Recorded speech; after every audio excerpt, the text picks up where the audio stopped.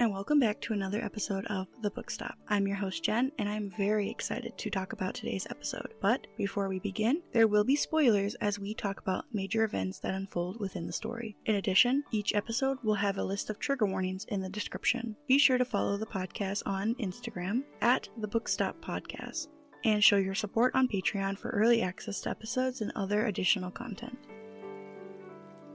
And welcome back to another episode of The Book Stop. Welcome back to this spooky season. Woo! Every time I hear or think of that, I always think of Draco, one of the Dementors, and those little guys making fun of Harry. I always think of that. I think it's Scooby-Doo for some reason. You know what? That makes sense. Who do we have with us today? Anastasia is back. She's back! And she brought another spooky, scary book. And, it won't be as spooky and scary as the spookiest and scariest book in the whole wide world. The last one we did. The most scary. Haunting of Hill House, the scariest book in the whole wide world. If you need a good, scary ghost story, guys, highly recommend. That one's good. You know what's even scarier is the amount of sarcasm that has seeped into our conversation. I would say that this definitely outwits the scariness of Haunting of Hill House. Oh, and the complexity of the writing as well. Yeah, absolutely. Apologies if our voices are a little stripped. We saw Conan Gray last night, and we're screaming to the top of our lungs. Oh, raspy. What are we talking about today? What book did you bring, and why'd you bring it? Today I brought The Girl with All the Gifts by Carey. Honestly, I googled scary books, and I wanted something that wasn't just scary, but thought-provoking too. Mm-hmm. And also, I like science, so kind of sciencey too. Yeah. So.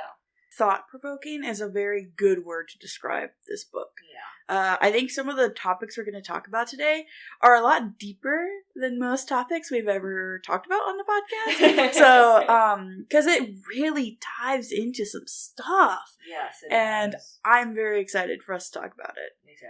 A little side note, did you know there was a movie for this book? I didn't originally. Apparently, the author, Mr. Carey, M.R. Carey, he wrote this book at the same time he was writing the screenplay of the movie. So he wrote the screenplay of the movie and the book at the same time. Oh. Which is pretty interesting. So I feel like the movie is going to be pretty spot on, because it makes me think of how much of the book was altered or changed with the movie in mind. Because did he write the scene specifically for a movie scene, or if it was actually what the book needed type deal? That's true. And now that you say that, the way the book reads is very movie. Yeah. The flow of it is very much like a movie. Yeah. Yeah, let's hop right into it, shall we? Yes. We are going to play a little game. Yay! Love games. You are going to summarize this book in 30 seconds. Okay. Try your best, and you may begin whenever you are ready. The Girl with All the Gifts is a post-apocalyptic book set 20 years into a zombie-like apocalypse. And we're centered in a laboratory that focuses on a girl named Melanie, and we follow her journey towards, I would say, her search for humanity and purpose. And then we have a lot of supporting characters along the way. Help her with her thoughts. Yeah, absolutely. I mean, Melanie is our main character. Yeah.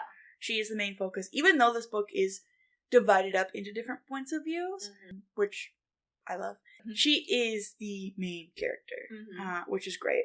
So I'm going to summarize it really quick for anybody who hasn't heard of this book. I have never heard of this book until you brought it. Never crossed my gauge. Heck yes. Which is exciting. I love books like that. I love when people bring me books that I've literally never heard of, and then I end up falling in love with it. Get to experience something new, because I mentioned it, I believe, in Haunting of Hill House, and I did the Hacienda with Patrick last year. Mm-hmm. And I mentioned that, to me, it's so hard to make a scary book. Yeah. It's hard to make it horror and scary. Because it's such a, you have to put your own images in there, apart from a movie that can show you those images. So it's really hard to experience that. So whenever I do like the October book, I always get really excited because I'm like, maybe this is the book that finally scares me. Yeah. I wouldn't say that this book scared me, but there was definitely some imagery in there. Yeah, it's definitely haunting, and that's what a lot of the reviews on the back of the book said, and I like that when I first read the reviews, I was like, I wonder even what this even means, and now, after reading the book, I'm like, oh yeah, I 100% agree with these reviews. Yeah. That is exactly what it is. It is haunting. It, like, chilled my bones at some point, so I was like, oh, I'm uncomfortable now. Yeah. And some of the words and, like, the way that he phrases things is very... There are things that he does a very good job on for what this book has. So, let's summarize really quick. In a dystopian future, humanity has been ravaged by a mysterious fungal disease. The afflicted are robbed of all free will and turned into flesh-eating hungries. Quotation marks. Humankind's only hope is a small group of hybrid children who crave human flesh but retain the ability to think and feel. The children go to school at an army base in rural Britain, where they are subject to cruel experiments by Caroline Caldwell. Student-teacher Helen Justinu grows particularly close with an exceptional girl named Melanie, thus forming a special bond. But when the base is invaded, the trio escapes with the assistance of Sergeant Eddie Parks, and they embark in a journey of survival, during which Melanie must come to terms with who she is. Spooky. So ominous. Another thing I like to do whenever I do these books on the podcast, especially books I've never heard of, is diving right into it. Don't look anything up. I didn't even read the back. I just saw the cover. And this book, it is a book you have to just dive into. I feel like the way that it starts, you cannot look anything up. No. Being said, we are going to spoil the entire book. Oh yes, 100%. So literally so in depth. Yeah, we're diving into these creatures and events and history and everything. So if you have not read this book, please wait to listen. Please read this book. It makes it so much better when you don't know what's going on. So much better. It's a great book. It's a great October book. So if you're looking for a next read, highly suggest, especially if you love like zombie apocalypse. Yeah. This is going to be right up your alley. Give it a chance. It's really good. If you don't like that kind of stuff, I wouldn't recommend it though, because it does kind of get gory in some spots. Yeah. So, and there's a lot of things going on with children. So, if you're not really into that, don't do it. But some heavy topics, definitely. Very, very heavy topics. Yeah. Read it or just don't care and you're just here to enjoy. Let's go. Take on back. Let's go. All right, let's go. So, what quotes did you bring to discuss today? Okay, I brought 3 main quotes. And it's from Melanie's point of view.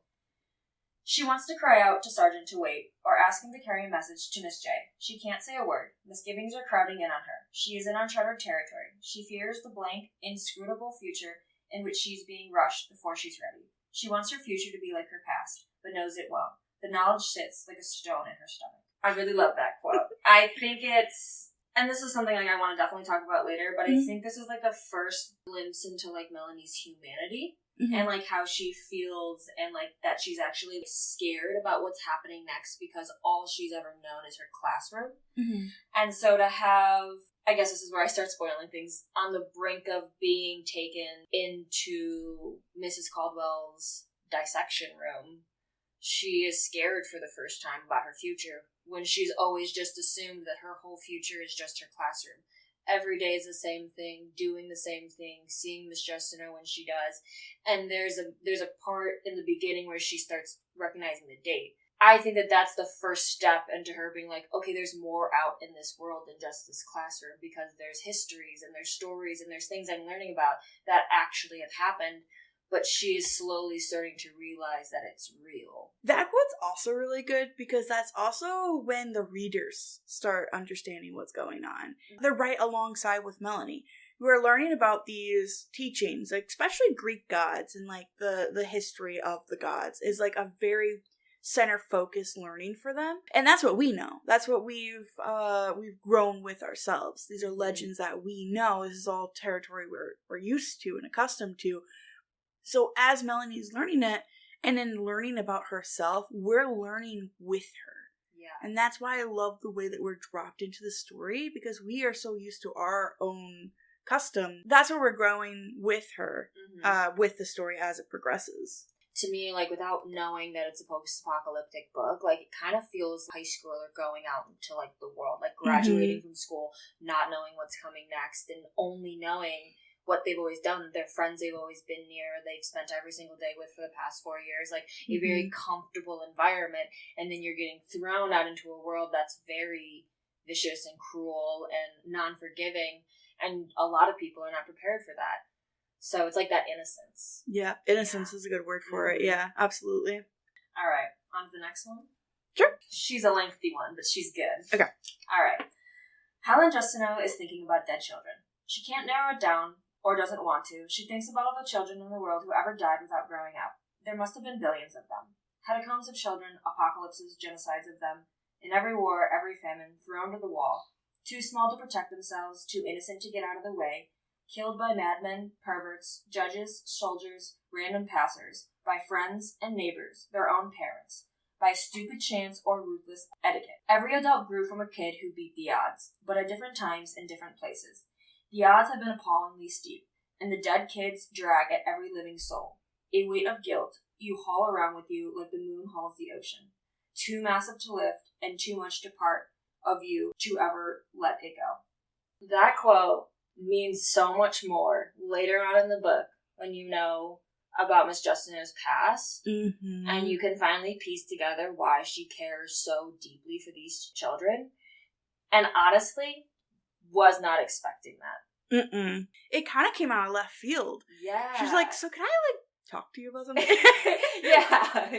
And the way that she reveals it to Sergeant Parks, too, where she's like, I'm not as innocent as you think I am. Yeah.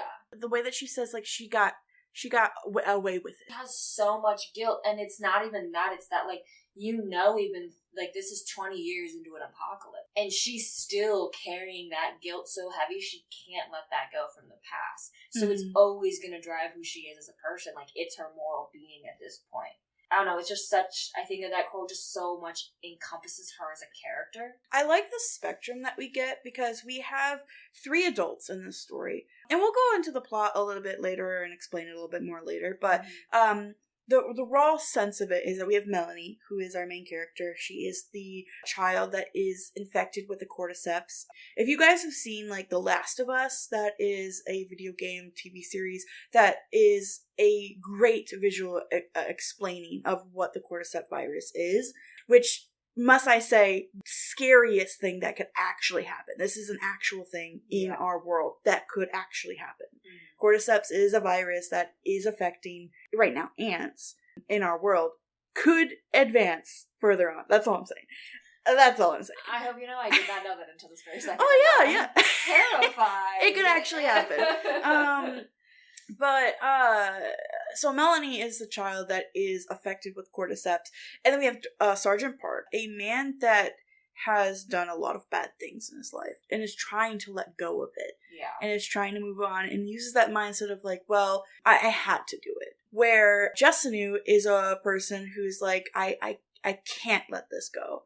I shouldn't have done it. Exactly. And then you have Caldwell, who is moving towards a cure, a future, and she thinks, I must do it. Yeah, she's so bound by science. I love that about her character. It's so interesting how each character, a singular thing drives them. Yeah.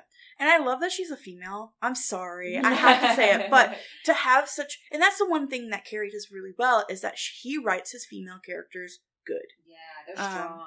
They're strong female characters. Sergeant Parks and Gallagher are like they're good characters. They're nothing against Justino and Caldwell. Those characters, they butt heads so much, but they are a dynamic duo. Yeah. They feed off of each other so much and so well. That's a great quote, and I think that supports a lot of the storyline throughout the book. When I first heard it, because I was listening to this, I had to stop and I had to go back and I had to reread it because I was like, wow, that is... Because it's just talking about, like, all of the children ever in the world to exist, and it's true in this book, 20 years into a post-apocalyptic world, it's not true, and it's true in this world today. It's just shaking to your core. Like, that's one of the things that chilled me, because this book is about kids, and it's the idea of, like, how some people can, like, separate a kid from what they are, and some people can't. Exactly. Alright, so my last quote is towards the end of the book. It's from Caldwell's point of view. She finds what she expected to find. The null hypothesis is shot to pieces. She knows what the children are and where they came from, their past and their future, the nature of their partial immunity, and the extent, to a close 100%, to which their own labors over these past 7 years have been a waste of time. She feels a moment of pure happiness. If she died yesterday, she would have died blind. This discovery redeems everything, even if what she found is so bleak and absolute. Again, another quote that I think speaks so heavily to the character. She doesn't care about the outcome. She just wants to know. She will do anything to know what's going on with these kids and why are they semi-sentient and why can they think and why can they talk and why can they learn. Can they be like us? She's just so intrigued by the science of it that she doesn't care about the ethics of it. And I like that parallel because, again, still true in this world, there's a lot of people who are so bound by science. They care more about that than they do about the ethical way about going about it. And I feel like our society now has such a harsher tone to it because obviously it's a humanity thing and it's an ethical thing, as you had said, where when you're in the middle of a zombie apocalypse, anything goes because you're just trying to get a way out. And I love that her discovery literally shows there is no way out. Exactly. There is no cure. And she has this moment where she's like, almost like bliss because now she knows. Like, obviously said that there is no cure, but she knows now that there's no cure. Yeah. I don't even know if she's sad. I don't even know if she cared about the outcome. She was dying, so she was like, okay. Exactly. She just, like, at that point, she just wanted to know whether it was good or bad. What a drive in a character to be so... I don't know if that's selfish. I don't know. She's a crazy character. She is... I think it's kind of almost refreshing to have a character like that breaks the mold. Because obviously you don't want to side with her. She's doing these awful things.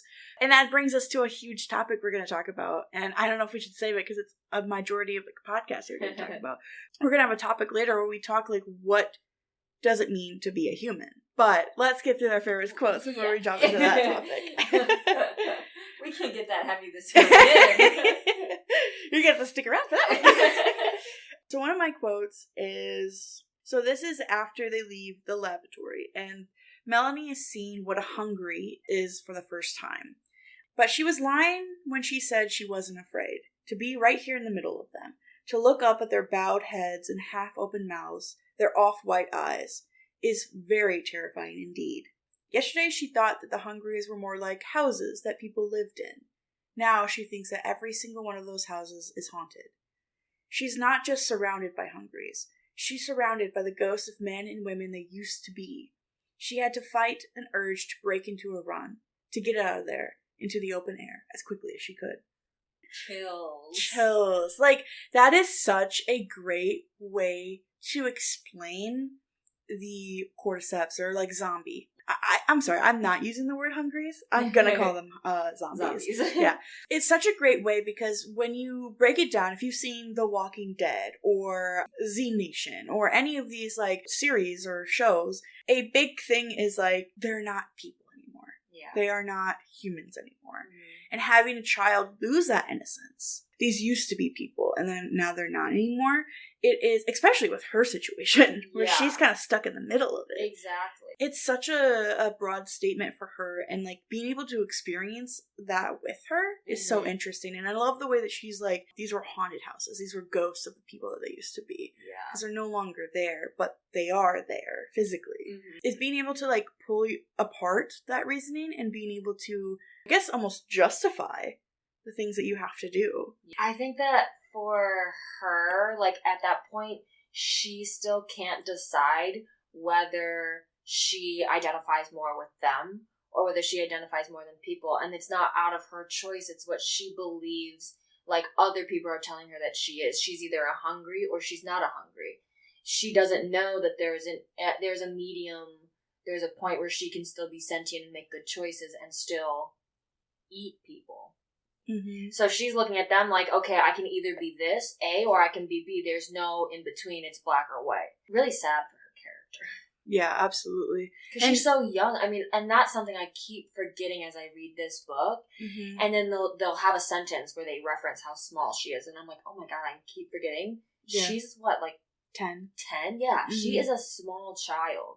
And that in itself is just shaking to its core. She's 10, but it almost makes her feel younger because of how little she knows of the world. She's so innocent. And the way they write how she thinks and how she speaks is so different than the way they write every other character. They do that so well. Writing her as, like, not dumb, but simple. Definitely not dumb. No, she's so smart. But she's just very simple-minded. It's very facts. It's not feelings. It's just like, this is how it is. Yeah. Yeah. Her imagination is gone, which is a core human thing. Yeah. A child, especially, she has cold, hard facts. Yeah. And these are the things that have been fed to her. So I feel like that is a little bit of her humanity that is missing, is that imagination and that, like, wonder, which she does get once she's out in the real world. You see her experience life for the first time, see the world, see this overgrown earth, and able to see the beautiful things. And that wonder grows, but... See, we're getting to the topics we're going to talk about. So. Exactly. I was like, I have so much to say on that. But going back to the imagination of it, is like that is torn out of her, and that pulls a little bit from her character. Or like something she never even just had to begin with. Because like prior to being in the classroom, like they couldn't even speak. So it's like they kind of, I don't want to say domesticated them, but they did. But they were only teaching them facts. They weren't teaching them how to draw. Yeah. You know, they didn't have an art class or a music class. I think the best was Miss Justine's, who, I mean, there were some ones that were like, hey, write a story. And she wrote a story about Miss Justine. Oh, yeah. Yeah, that was in the very beginning. Beginning. I think that was the only time, but I feel like that was more functionality than imagination. Being able, can you do this? Compared to, I want you to create something. Yeah, because when you learn, they're like tracking their statistics and like who's doing the best. Yeah. That's who Caldwell wants to see next. And like her wonder and her imagination was always with Miss Justine, and the way that she would fantasize about hugging her or being almost like a mother to a child. Yeah. She saw her as a mother figure, even though they kept pushing that she had a crush on her. I know, that was really weird. Yeah. I was like, that's yeah, not she's what I was like, getting. I'm in love with Miss Justine. It's like, no. That's not the vibe I was getting. Let's not do that. Okay. Your turn. Your turn. Okay, I have one more. It's a very small one, but when I read this, I was like, oh, wow. Yeah. Like, this, I think, explains it very well. So, Melanie is alone, and this is the end of the story. Like, literally the end of the story. And Melanie's walking alone through, we'll call it the Gray Forest, which we'll explain later. She's walking through the Gray Forest, and she sees what is almost like the final evolution of the cordyceps virus. And she's seeing this man walking around. Melanie stares at the apparitions, both relieved because the horror of the unknown is more frightening than any horror you can understand. That line, I feel, can be reciprocated and like understood from any point of view. It does not matter that this is a zombie apocalypse, or if you have a huge interview the next week, or if you have you're gonna ask out your crush. You never know if what is going to happen is ever more terrifying than things you've already experienced. And like that line, I think, especially coming from Melanie, is so strong because she is a person that knows nothing, but yet knows everything. The most simplest description of the feeling of anxiety. Yeah. Of, like, not knowing, but, like, fearing that it's going to be so much worse than anything you've ever experienced and that you can't handle it. Absolutely. And it's just, like, crippling. And then she does. And then she just does it. And she makes a decision based off of and, that. like, even more so that, like, anxiety is a human emotion. So do you have any other quotes that you want to mention?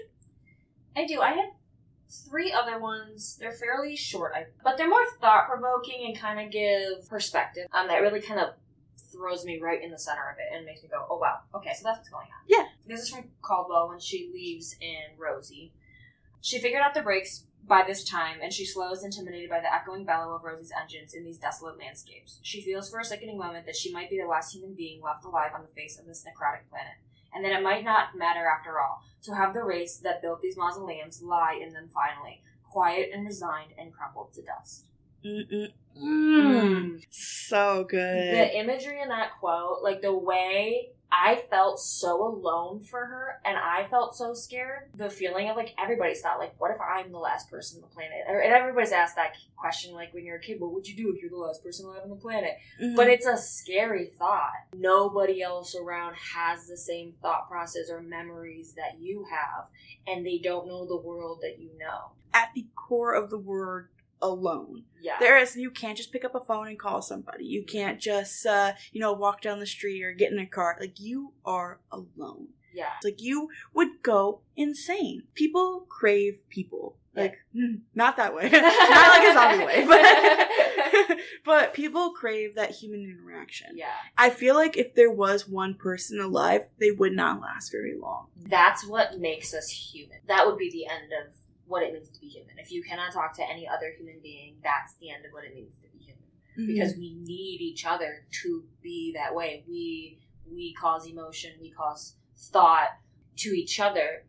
There's so much that, like, you rely on other people to bring out of you, that without other humans around, it's just, you can't do it by yourself. You can't do anything by yourself. And I guess that's another, like, underlying theme. That's like, you can't be alone. Yeah. Unfortunately, you need people around you. So that was a haunting one. I also have another haunting one.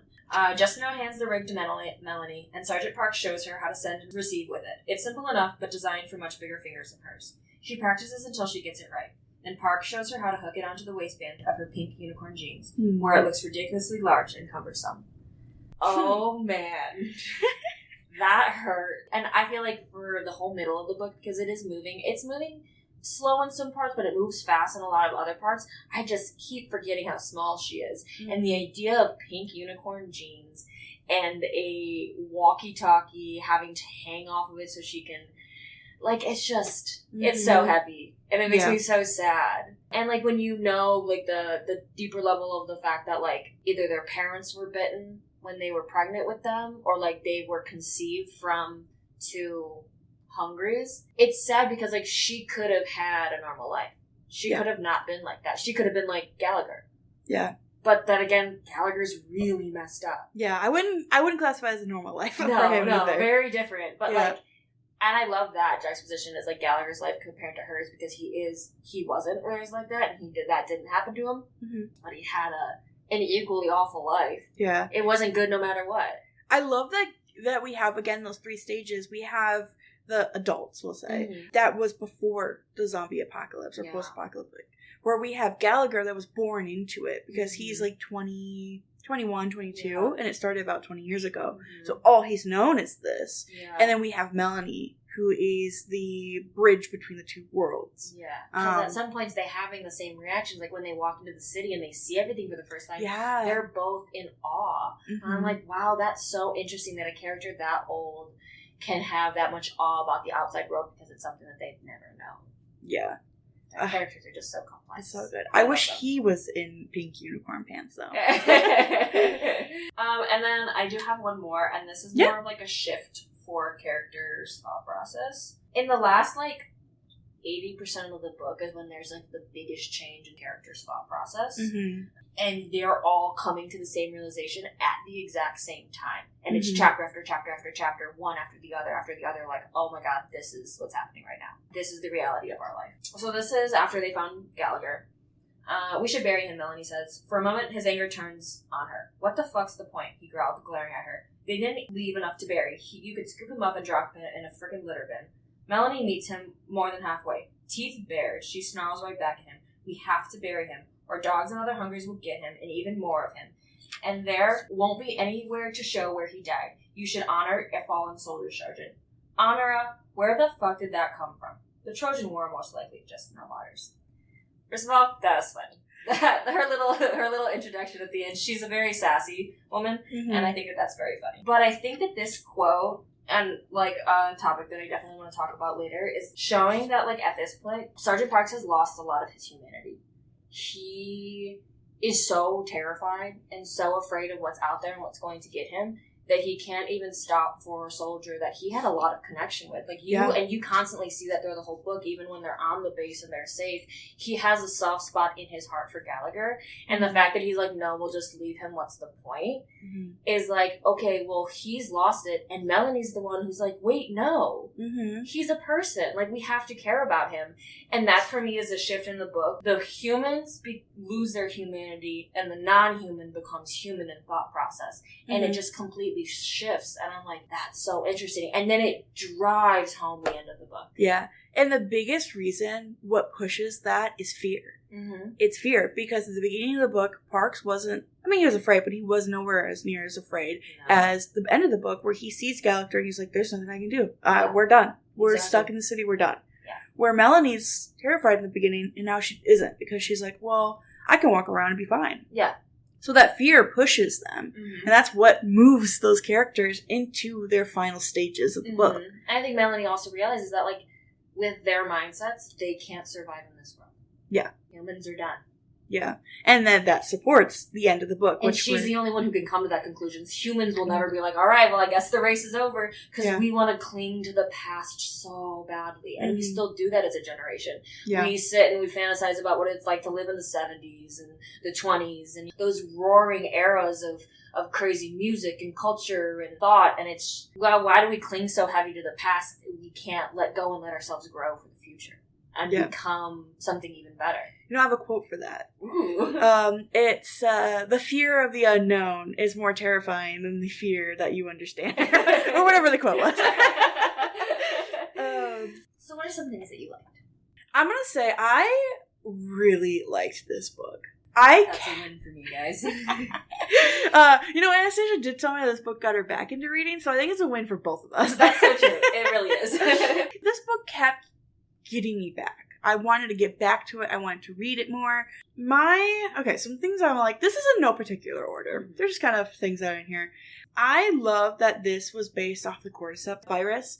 They have like an actual name to it. I'm not going to attempt to say it because it's all science-y. But this is actually one of the scariest viruses that you can have in your zombie apocalyptic media. So The Last of Us, this, because again, it is something that can happen. Right now it's very far away because the cordyceps can't survive in our body temperature, but they are seeing it within like ants. And I don't know if you've ever seen The Last of Us. I have not. It is super cool. Oh, okay. So they have this virus that's taking over their brain and is literally sprouting out of their head. So I love that they use that idea, not the classic like zombie bite and you just turn into like a human. Like there is an alteration to it, which I feel like is a little bit more to digest because they don't look like the zombies from Walking Dead where they are just humans. They are altered in their appearance. I really loved seeing the world through Melanie's eyes for the first time. I think the way that it was written was very well done. But again, the adolescence and the innocence of it, being able to explore this world and watch it almost fall apart again as she sees everything that's happening. But seeing this whole new world be built right in front of her, and we get to watch that. Really loved the idea of Melanie. I think it is a really smart idea to have almost like this hybrid child, and that she is young, and there is that like sense of protection to her as a reader. It's like you don't want anything bad to happen to her because she is a child, and there's just this extra layer to it. And you get to see her point of view. And that's a huge thing I love is point of views. I'm a hoe for point of views. I say it like every single podcast, but I think that getting the point of view from Melanie was the most important. Oh, yeah. You could not tell this story without her point of view. She is the core of this. So you want to be able to tell the change that happens throughout the book, and you couldn't see how she was feeling and how her feelings changed. Exactly. I do think that we didn't need Gallagher's point of view. It was cool, like, learning about his history, but I don't think it was completely necessary. I think it's something that we could have learned through Park's point of view. It didn't add enough to the story to be able to really inherit a whole point of view.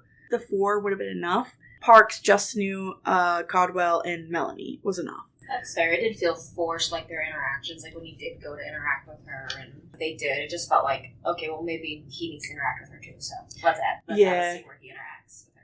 I loved, this is just a little tidbit thing, I love that Helen did not hesitate to put Caldwell in her place.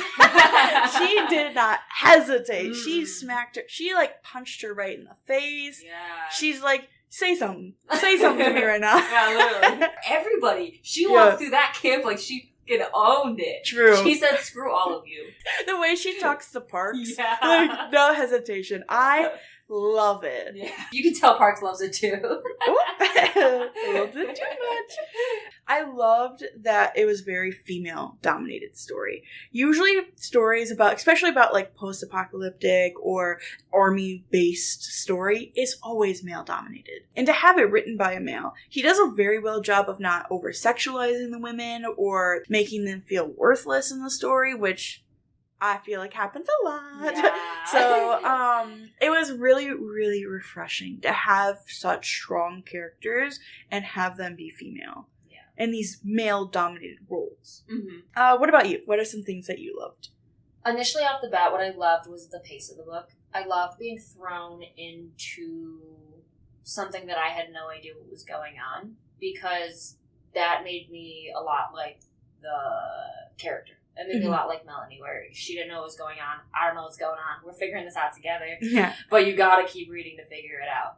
So the pace is something I really like. Usually with post-apocalyptic books, I have issues with, and I guess this is something that I did also dislike about this book, but he did it in a much lower tone than I think other books do it, because a lot of post-apocalyptic books are spread over multiple books to set up even just the world that they're living in. And sometimes when they're like walking through the trees and they're coming across the houses and they're facing some of the hungries, like, I felt like some of them were like the too many scenes of encountering hungries. Like, we understand what they are as like specimens, and like we had a really good idea, I think, from the attack on the base. And then I think they encountered them like at least 5 more times in groups in different areas. To me, didn't feel like it led to the story in any way in terms of like the whole humanity aspect of it. Like, it did set the scene, and like for a movie it makes sense. Like when you said that thing about the movie, I'm like, okay, I get it, because like you have to have those filler scenes where they're walking through a field talking, you know what I mean? But in the book I was like, okay, what are we doing here? Like, I feel like we just lulled here and like nothing's really going on. But also that's what made the hype, I guess, more exciting parts super, super exciting. No, I definitely agree. I feel like whenever you're reading a book, you should be able to point to any chapter, any scene, and be able to pull the core of it. So if you have a scene in a book where you can't look at it and be like, well, I learned this about the character, or I learned this about the world, I learned this about the story, if you can't pull those information out of a chapter or a section or even a paragraph, it probably shouldn't be in the book. Yeah. You need to be able to progress your story, and having that filler every once in a while is fine, but if we're not learning anything about anyone, then it's not necessary. Yeah. Because to keep somebody's focus, we got little monkey minds. We gotta be able to keep it going. We gotta be able to keep it going. I wouldn't say it's over-dominated. Like, this book didn't have a ton of scenes like that, but there were a few scenes where they're walking, especially down the highway. Yeah. That was a bit of a longer scene where they're in that car trying to get the start. And they're really kind of emphasizing how uncomfortable they are. I guess Sergeant Parks and Gallagher are with Melanie, which I feel like we know already how uncomfortable Parks is because of the way he interacted with her with the whole first portion of the book in base camp. And she was muzzled and she was restrained, and he was still kind of terrified of her. There was a scene where he literally jumped back because he did the restraint route or something like that. Or she just turned her head. Yeah, she turned her head, and he freaked out. But that, I was a couple chapters of them developing that. It's like, okay, we know.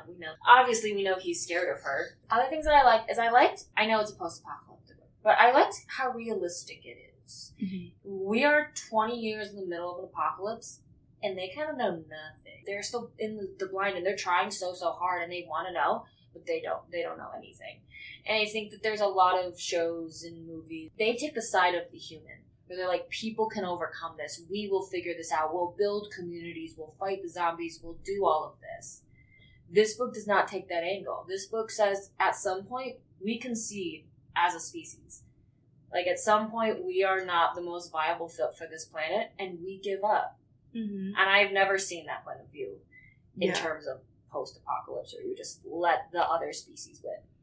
That is one of the things I want to talk about, is that every zombie apocalypse, the main focus is finding a cure and saving the world. Mm-hmm. That is the core thing, because it's what's expected. Yeah. It's what, okay, this is my almost like duty to have to accomplish this, because it's now on my shoulders. Mm-hmm. And I think Caldwell is, again, a very refreshing look at it, because she doesn't really care about finding the savior of the world. She wants an answer. Yeah. And it doesn't matter if that answer is good or bad. She just wants to know. Because she's scientific. It's just science. Yeah. And I think it's so unrealistic for those other ones that do that, because it's like, you don't have the technology. You don't have...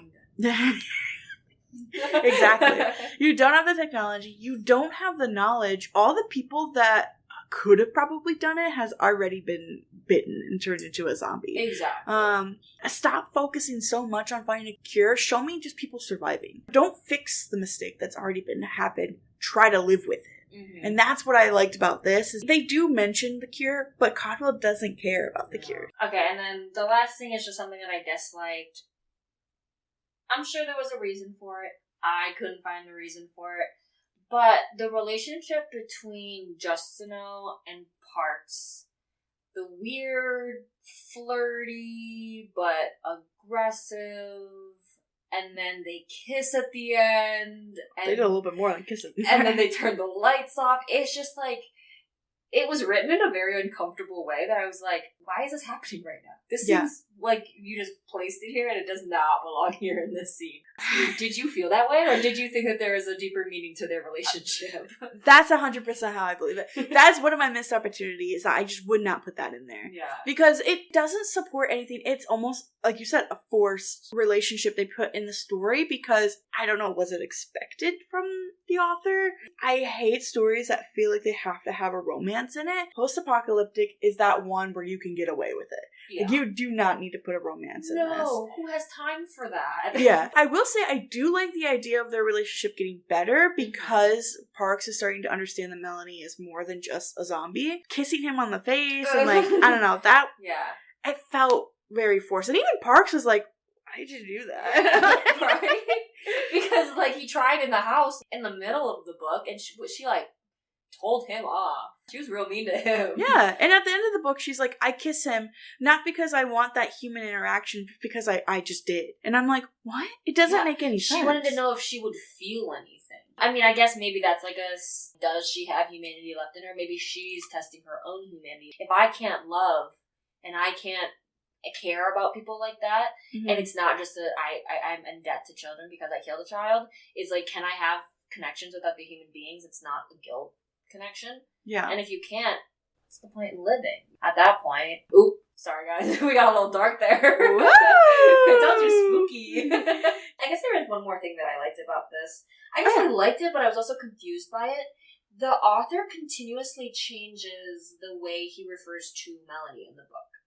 And I thought it would progressively change from just calling her like the little hungry girl, which is an awful name, which is awful, to just strictly calling her Melanie. But we're in the later half of the book, and he's still calling her the little hungry, or the hungry girl. And that's what confuses me, because I'm like, I thought we're past that. I thought she's a human now. I thought we've all agreed that she has more humanity than anybody else in this book right now. Yeah. So why are we still calling her that? But I guess it's true that that is what she still is to her core. She is half hungry, but... Yeah. And I don't know if it's like maybe that mental blockage from Sergeant Parks, because obviously he's the only one, because like Melanie to Caldwell is just test subject one, and that was what she'll always be. Parks is that middle ground, like between Justinu and Caldwell, where he sees her as a hungry, but starts to understand that she's a little bit more. But there is that blockage of maybe he can never, ever see her as a human because of the things that she does.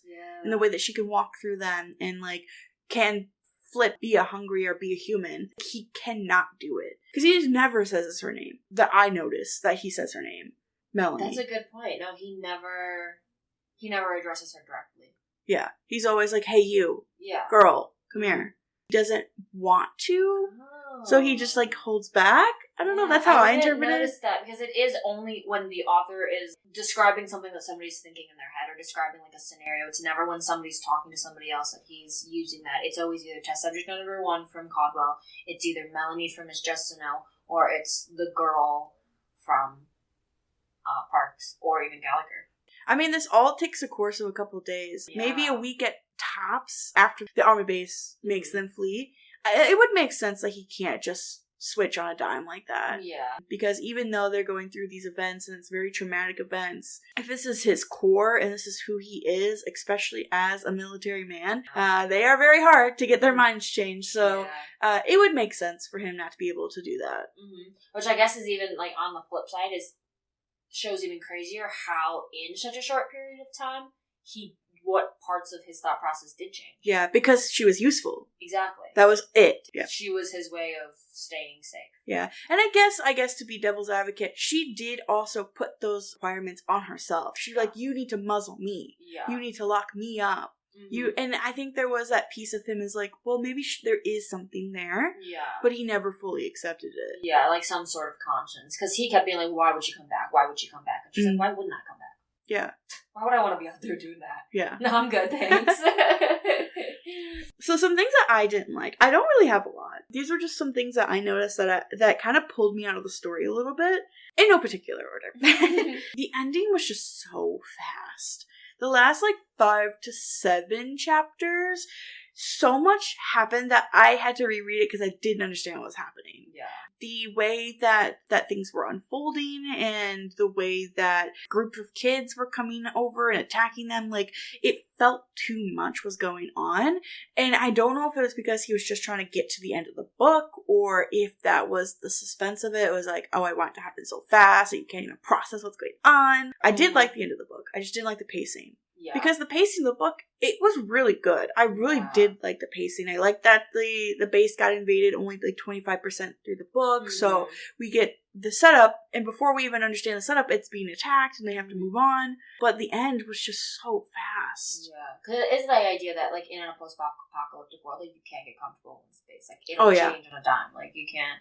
That's why, setting up communities and things like that is just not possible. Mm-hmm. Because it'll, you don't know what's going to happen. Exactly. So when I was listening to it, I was like, what chapter am I on? And I was like, I got 10 chapters left? Mm-hmm. And I'm like, what do you mean? And then I looked at it in the physical book, and I was like, that's nothing. Yeah. The chapter spacing was weird. It was really weird. Yeah. And I get that he switched for point of views and thoughts. So, there was those really small ones just for, when Melanie was thinking or alone and stuff like that. Mm-hmm. But it switched so much. Yeah, it did. There was one chapter that it switched all 4 characters all within the same chapter. Mm-hmm. Each person, which I kind of liked because it was here's an update from everybody. And I'm glad that he didn't do it a ton, but he would switch point of views in the middle of, you would be one paragraph, the next paragraph is a different person. Yeah. So you really got to focus on what's going on. Uh-huh. Yeah. When Rosie came up, I was like, where are we? Okay, so what's happening? Rosie of it all. So Rosie was the most confusing thing. I could not visualize what she was. Oh my god, thank god. Neither could I. I was like, are we in a building? And then when we said we were in a moving vehicle, I was like, what? I was imagining almost like a camper RV style thing. First of all, it felt way too easy. So that was just sitting there. Okay. And it was fully powered and nobody got into it and Right. Mm-hmm. Okay. But they did. Okay. Yeah. But they did, and Caldwell just happens to have training on it. Okay. Mm-hmm. Too easy. Mm-hmm. But anyways, no, I could not visualize the way. It was hard when Caldwell was explaining it too because she was using all these big words and I'm an idiot. So I was just like, I don't know what you're saying. Yeah. Did not like Rosie. All I pictured was a Cybertruck the entire time. I'm not gonna lie. Even with the hungry kid hanging out the back, just the Cybertruck. Oh my god, that makes sense. But there's a lot of equipment in it, so it's gotta be huge, a tank of some sort. Yeah, that's what I was envisioning, camper when they go out, when you go out camping, and you have, a little thing that comes out. And I was envisioning something, long, or, a bus, maybe. Yeah. Because there was, different departments in it, and there was, a full science equipment in there, and she was able to, examine the brain cells of those zombies, but... It wasn't until she started doing that, I was like, oh, so we're in, a scientific lab in a car? Okay. Yeah. And it's where is the technology for that? I think they said that they started building it, like, at the beginning of the apocalypse, so, like, 20 years ago, and she had training on it and stuff, but I don't think that supports. Yeah, because she was asked to, like, be a part of that project. Like, how is this still operating? Yeah, exactly. Like, I know he explained it, but he did not explain it very well. iPhone shut down after 3 years. Like, there's no way that technology would You still cannot be working. compare an iPhone. My biggest thing is hungries. For the level of complex thinking and developed story to have your zombies named hungries is a little childish, I guess. It dumbs down the book a lot. It does. At this point, just call them zombies. Yeah. Or, like, the affected. You could go as simple as that. Yeah. I guess I didn't even think of that, like, that could be something, just, like, a specific word, but it doesn't roll off the tongue. It doesn't, like, sound nice. It's just jarring. Yeah. Just changing that word would have changed a lot of the story. And, like, because the thing is, like, they're not even hungry. They're not trying to feast on you. Yeah. Like, they are just trying to spread the disease. They do mention that Melanie has to eat, like, every week or something. And they give them the grub every Sunday. Mm-hmm. Shower and grub. Which is another thing. Oh, hold on a second. When they introduce the grub, that's when you get the first clue of, like, oh, something weird is going on. Yeah. Because literally they're eating bugs. The showers. In the showers. Yeah. So that's how they kind of explain their way of being able to, like, walk through the world, is that they wear these, like, E-blockers. Blocks their scent. I don't know if it's... They don't apply it to their whole bodies either. They only apply it to, like, where they kind of, like, get... Sweat. Yeah, they get sweat. So I felt like that was almost like a cop-out. I wish there was more explaining of what it came from and what it exactly is. How they developed something that could hide their scent. Okay, my biggest one. This is the one that really bothered me throughout the whole book, is the Junkers. It felt like a huge cop-out. Just purely plot-driven. That was all that they were there for. Was to weed them out and to keep them running. I really wish Gallagher was a Junker. I think his parents were Junkers. Oh, they were? Because he bolted. There was Junkers out there, even though they were the hungry kids. Yeah. That's when he bolted. He said, I cannot do this anymore. Because he had so much trauma from it. I don't think they ever say that, but it's every time Junkers are around, he is so triggered. I wish we would have got more. Yeah. Because he always explained about his past, but it never went into it was never detail. Clear. It just kind of felt like he was whining about stuff, but didn't really explain why. It kind of leads to his, like, he doesn't really need to be there. Exactly, yeah. I wish there was more interaction, maybe, or it felt very gimmicky. I needed a reason to do this. Yeah. So I'm going to put this in. Yeah. I feel like it could have been supported or not put in at all. I guess I'm also, like, confused.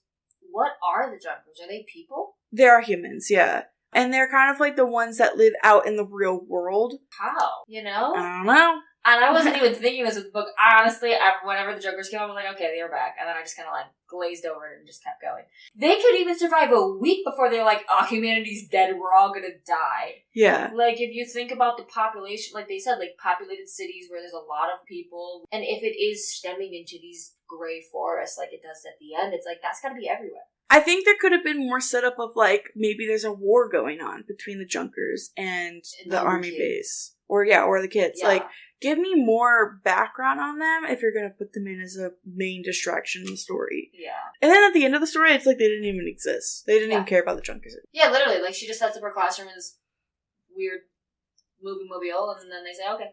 Okay, bye. Alright, let's just start over. Let's start again. I have a question for you. What are all the gifts that this girl has? And what does the cover mean to you? You know, it's a good question. I sat with this yesterday night and this morning, really pondering, because I have the same question. The gifts that they're talking about is her abilities that she has as a hybrid child. The ability to be empathetic and have human emotion and thought, but also go into kind of like an autopilot drive where she will also just spread the disease, I guess. But she has a choice if she wants to or not. Top line, it says, not every gift is a blessing. And I think that could go for either her human part or her monster part. Either part of it, it's fighting against each other for who she is as a person. And the humanity is making it hard for her to come to terms with the fact that she's a monster. And the monster part is like, why do I care so much? Can't I just be on autopilot? Because there is times that she's looking at the groups of hungry kids just by themselves, and she's like, that could have been me. That could have been my future. I could have had a community like that. And towards the end, she kind of makes that dream a reality where this is the world that I don't know if she feels that she has to live in because it's the only way to live. Mm-hmm. Which I get, she does say that, like, that's the only way that, like, people are gonna keep going is if the hungry kids are the future. Mm-hmm. That's what I feel like it is. I'm confused as to why she's standing with her arms like that. Mm-hmm. I don't know if maybe she's trying to scare them away. That's what she does. Like, when she, like, screams and, like, flails her arms. That's what hungry is too, right? Yeah, very interesting title. What do you think the gifts are? I want to first say the cover. What I envision is that Melanie is reaching out for a hug. Because that was a huge thing about Melanie, is that she just wants human interaction and she wants to hug Jessanu so bad. And the entire series, we go from her not being able to even physically be around her to Jessanu hugging her and turning her into a hungry, to the end where she gets to hug her freely and as much as she wants because of that control that she has. That's true. And I think that ties into her gifts is the control of being able to be both, like you had said, human and hungry, based on that control that she has learned because of the love that she has for Jessanu. Yeah. If she did not have Jessanu, she would not have been able to do it. And it pulls Jessanu and Melanie together with the statement you made earlier is like, if I can't love, am I human? Yeah. And I think that's a huge focus for Melanie, is that her love for Jessanu makes her human. To me, is what the core of the gift is like, gift of humanity's emotions and being able to control them or not being able to control them and just being able to have them is a huge thing. I like the hug more than the she's flailing her arms. She's attacking somebody. That's how I envision it. It's just like she's reaching out for a hug. Yeah, I 100% agree. I want to talk about the teachings that they learn in the beginning of the book. The beginning of the book and the end of the book are so far away from each other. So different. It feels like a completely different world. Yeah. A big focus is that they teach them about very typical stuff that they teach in school. Periodic tables, math equations. She loves math. Yeah. They teach her about science and chemistry and English. Like she goes to elementary school. Yeah. And one thing that they teach the Greek gods and knowing about the legends that came before. And in my edition, I don't know I think you have it in yours. I see that black line. So it's a little bit of like an interview process with Carey. And one of the things I was reading through and I was like, oh, this kind of, makes sense. So I just wanted to kind of like skim through. I'm not going to read all of it because it's a bit long. Greek mythology features frequently within the novel. Could you tell us more about the inspiration you drew from it? And he going on telling about how he used to mostly write comics and that those stories that last, that keep going on, being told from generation to generations, are the ones that touch on something really powerful or at least really universal. Something that people recognize when they see it and respond to. It's only a question of how you triangulate your relationship to your source material. Every story has a DNA of older stories buried inside. And when he decided to write the story about Melanie, he took it in a different direction, and that myth didn't seem particularly relevant anymore, talking about the Trojan War, which you mentioned earlier. He also mentioned a lot about Pandora Box. We opened the story talking about how she wished her name was Pandora instead of Melanie. Yeah. The beauty of the Pandora myth is that it's relevant in many different ways.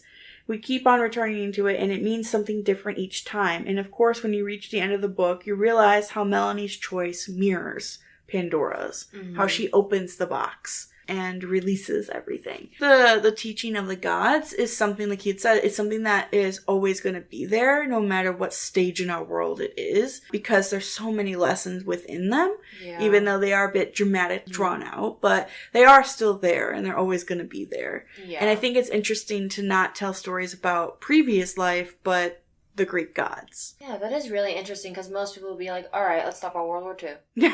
Yeah, let's talk about the Cold War. But they took, instead of taking like a literal approach to history, they took like a philosophical approach to history, and they said, let's take the philosophers and the people who were like peoples of theory of thought, and like let's analyze how they thought about the world instead of teaching about how we just actually did the world. Yeah. It's more about how they thought about it and less about how we actually executed it, because clearly we failed in this book, so...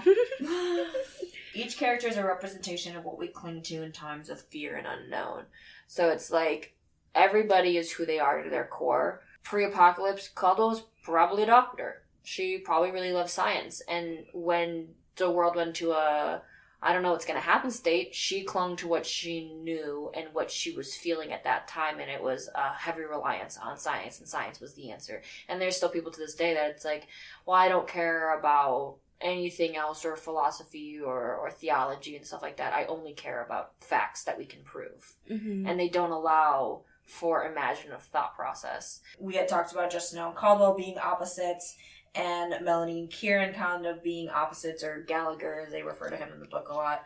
Just like kind of how each of them represents something different. Mm-hmm. And they all carry a different theme throughout the book, which I really, really liked. Yeah. I like that you said that they cling to who they are, their core.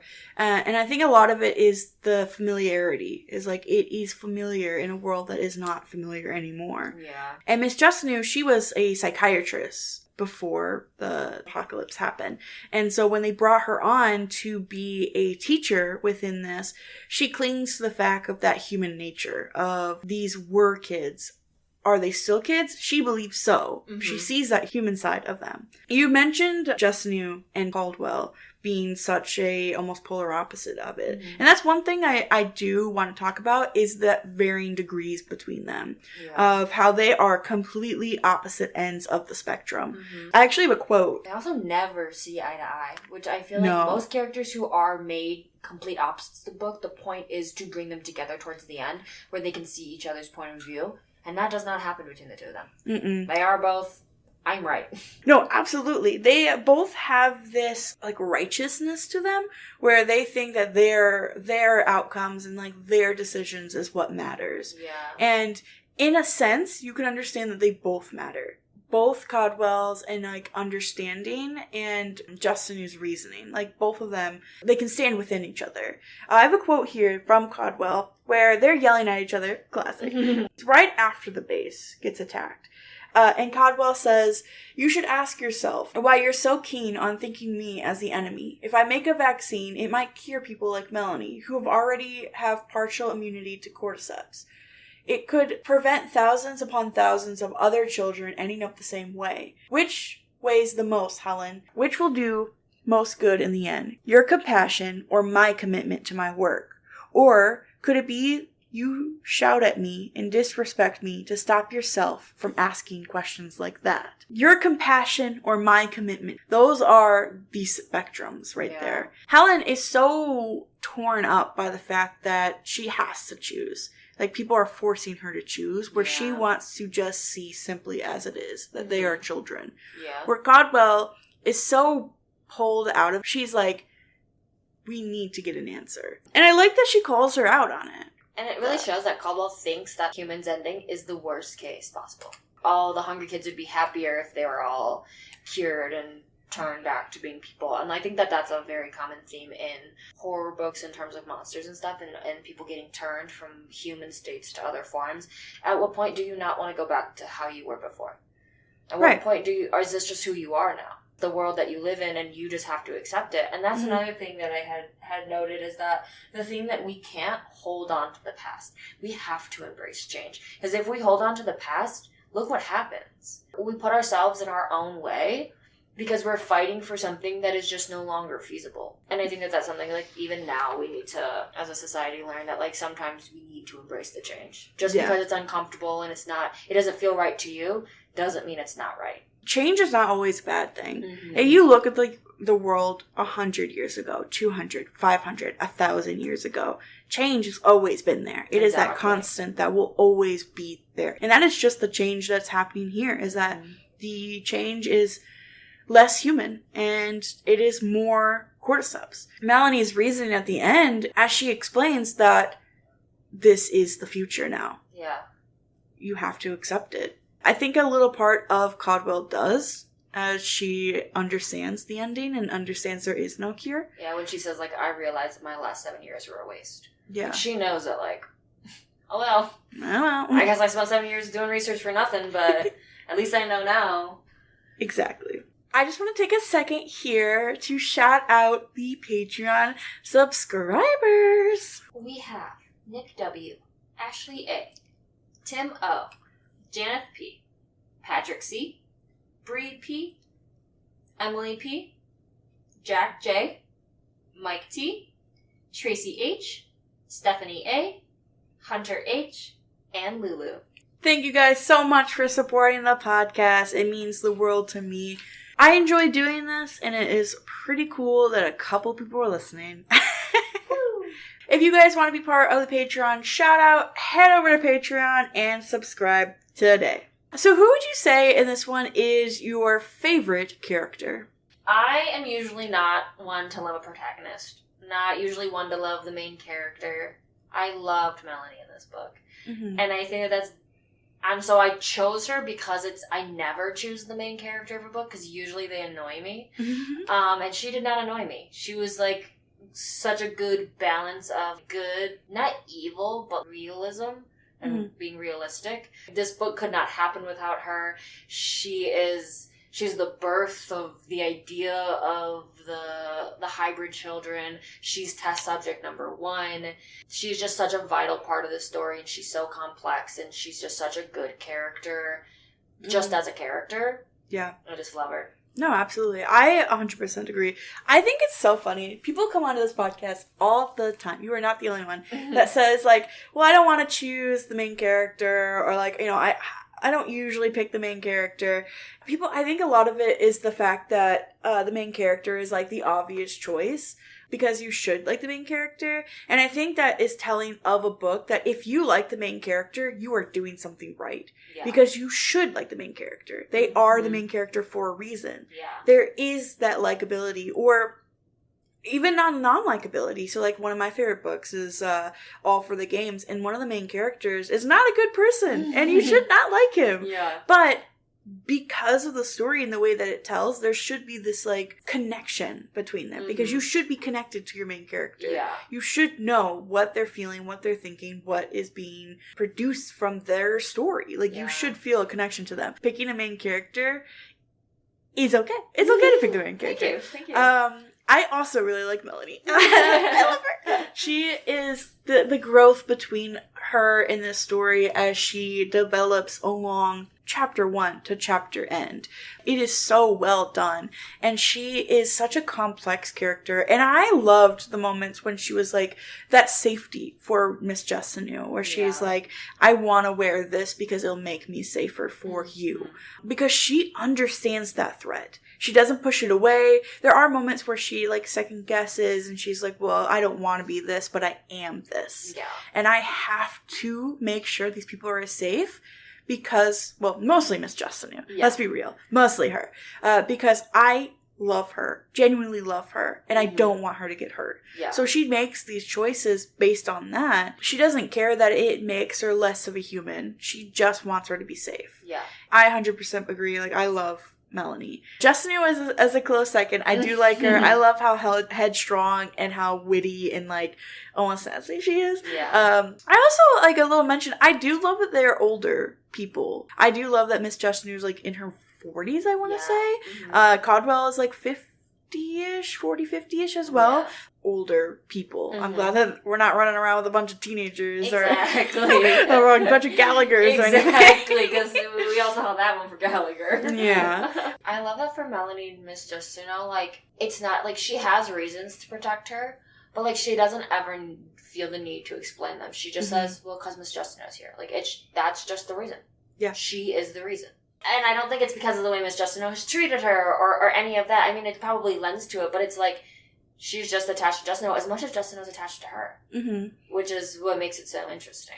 Yeah. I love the realization from Miss Justinu as she clicks and she's like, oh, I do care for her. Yeah. It's not like a gradual thing. It is a flip of a switch. Where Melanie, it is gradual as she's starting to come into herself and like realize that she's not just a zombie anymore, that she is a person. You see her fall in love with Miss Justinu's classes and then eventually her herself. Because like nobody else in the class greets Justinu when she walks in the way Melanie does. Yeah. She always says good morning to her. She always says good morning to her back, and then she has good morning to the class. So good. We've been dancing around it for a while. I want to ask you, what does it mean to be a human? There's a line in there that Parks says, and he says, not everyone who looks human is human. For me, and I feel like I always say this, and it was even before I read this book, but and I don't know like where I adopted this logic, but it's like the thing that makes us human is choice.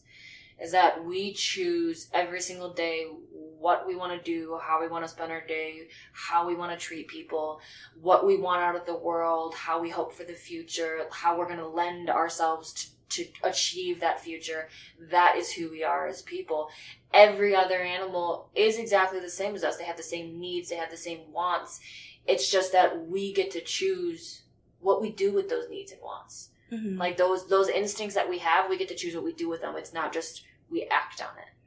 Which is, I think, in the book, is why Melanie seems so human, because so much of her character is her making choices. Mm-hmm. Is between, do I do this or do I do that, or what is the right choice to make? And then it also kind of mirrors the idea of like what's right and what's wrong.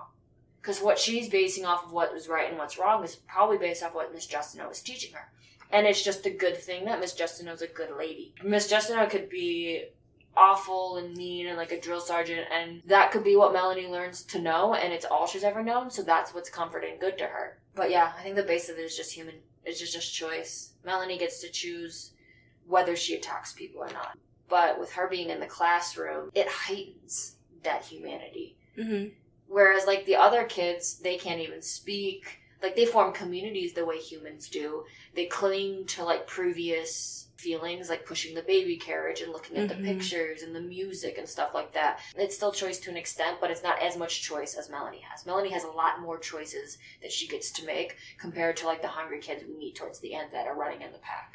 But they are smart enough to, like, bait and lure people into traps and like create plans and strategize and catch their prey. I definitely agree. I think what you're saying about wrong and right and those choices that they get to make, if you compare, an adult with a lion, they both get to make choices. They both get to choose whether they pounce on prey or they decide to hide. But I think with the human aspect of it is the consequences. There is a more of a conscious thinking behind it, and it's not necessarily need. Where a lion, they're doing it because they need to feed. Yeah. Where a human, it's like there are consequences behind what they do. The biggest thing that people say that makes us different from animals is our emotions. And I do agree with that. I think that emotion is a very big indicator between that, but I also think that there's a lot of things that break it apart. The right and the wrong, and the decision making, and the choices that we get to make. There's also the experiences that we have, and the knowledge that we hold. It's even being self-aware. Like, animals are not self-aware. They don't know that they're on a planet and they have to do this to live. And it's just, it is what it is in animals' minds. Like, it's just like, there's food, I'm hungry, I'm eating it. Yeah. There's these connections that we make along the way, and there is no possible way to limit, like, what is humanity down to one single thought. Yeah. Because that is limiting your humanity. And there is so much more to being human than just emotions. That's also saying that we understand fully what it means to be human, and there's no way we fully understand what it means to be human. No. And that, I think, is a core thought in this story, is, like, what makes us human? What makes us different than being hungry? And does it just make us like a species that wants to survive? Because at the end of the day, these hungry children hybrids are still just a species that want to survive, that can survive in this world, and why would they not? At this point, this is their world. It's best equipped for them. When all of the octopi were living under the ocean and there were no people walking on the earth, the best place for living beings were under the water because the earth was so hot. So it's like the earth adapts to like what's manageable and what can sustain life. Yeah. It's not what we want. It's what the earth wants. Exactly. It says, I don't want you here. Get off. This is Earth's Earth, and we're just living on it. It is.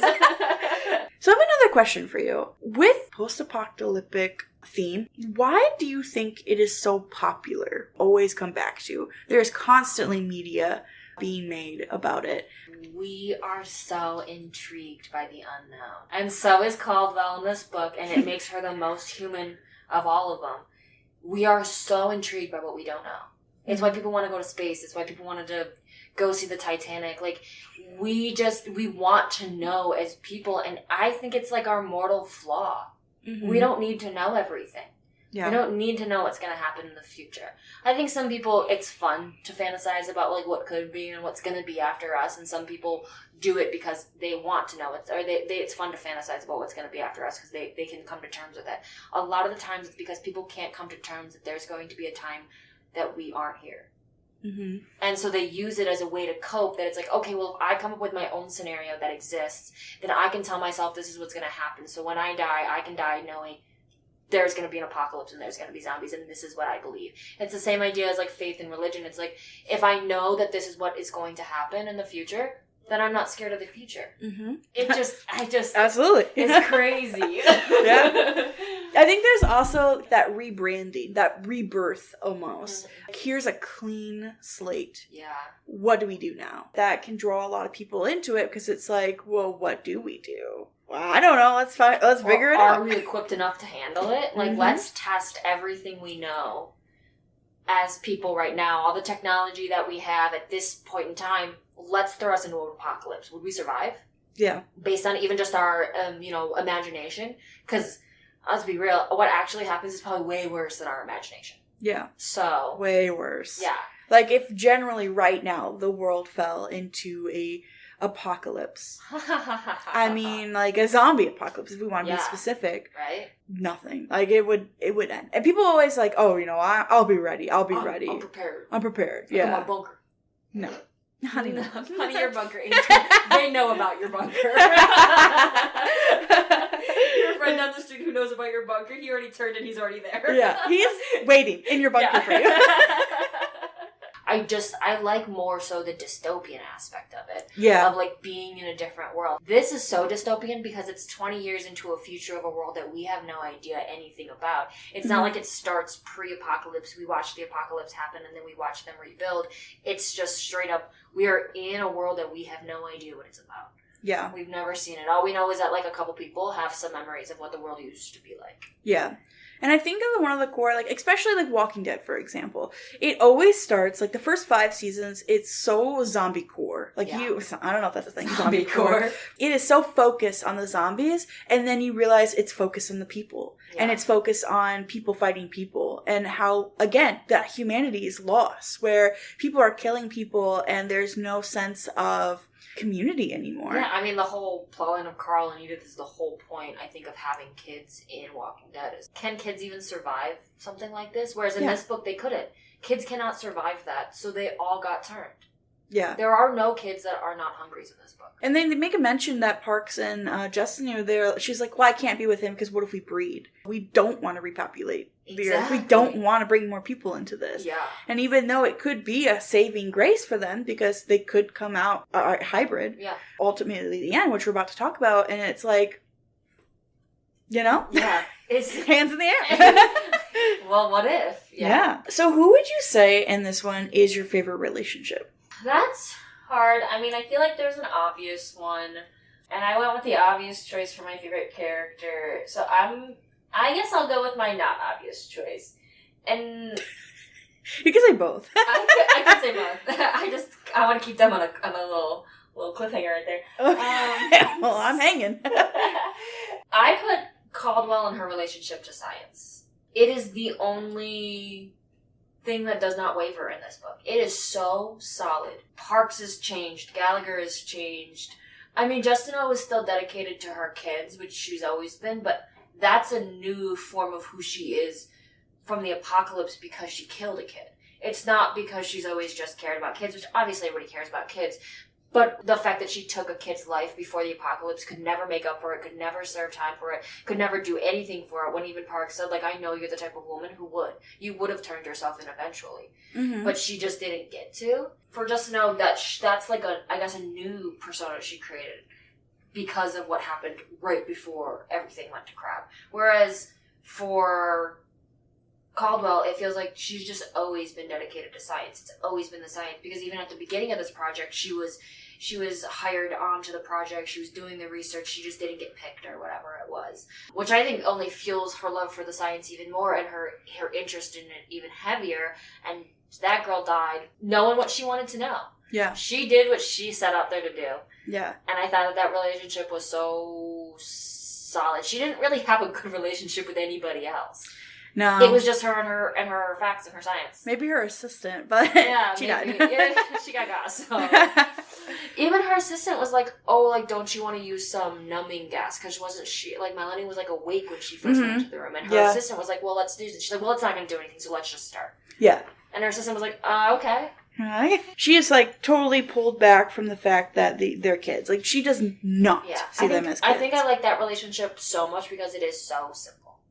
Yeah. And it is very simple, it's very easy to understand, and it makes her character very easy and simple to understand. Yeah. Whereas, like, in a different term, like I said, Melanie and Justino too, because that relationship in the exact opposite is completely so complex. Yeah. There's so much that Melanie does not know about Justino. Mm-hmm. And it's like... She doesn't care. She doesn't, yeah. She's never asked. She's never wondered about her life before here, what she did before this. Like, she didn't even care, like, how did she get here to be her teacher? Mm-hmm. And she just showed her love. She just showed her affection and care. And so she clung to that. Because that's what she craved. Absolutely. No, I think Melanie and Justino is just genuine, real love. Yeah. And two characters that are having a hard time with that. Yeah. And, like... can't really accept it from themselves is very interesting. And I'm so grateful that they have each other. Again, the story could not take place without each other. Yeah. One cannot be without the other. Exactly. They were also my honorable mentions as well. I did really love their relationship and how it formed over the book. I would say my favorite relationship story would have to be Melanie with the world. Past, present, and future. Mm-hmm. Just every branch of it. Yeah. We get the past with the stories and how she's adapted to them and how she wishes she was Pandora and how her teachings all together, she just really enjoyed it. She looked forward, especially to Miss Justino's class. And then present with her learning as the world unravels itself in front of her and as she's thrusted into it and how she sees these flowers and the bees flying around and how she's like, it's all coming together in her mind. Things that never really made sense are starting to make sense. Yeah.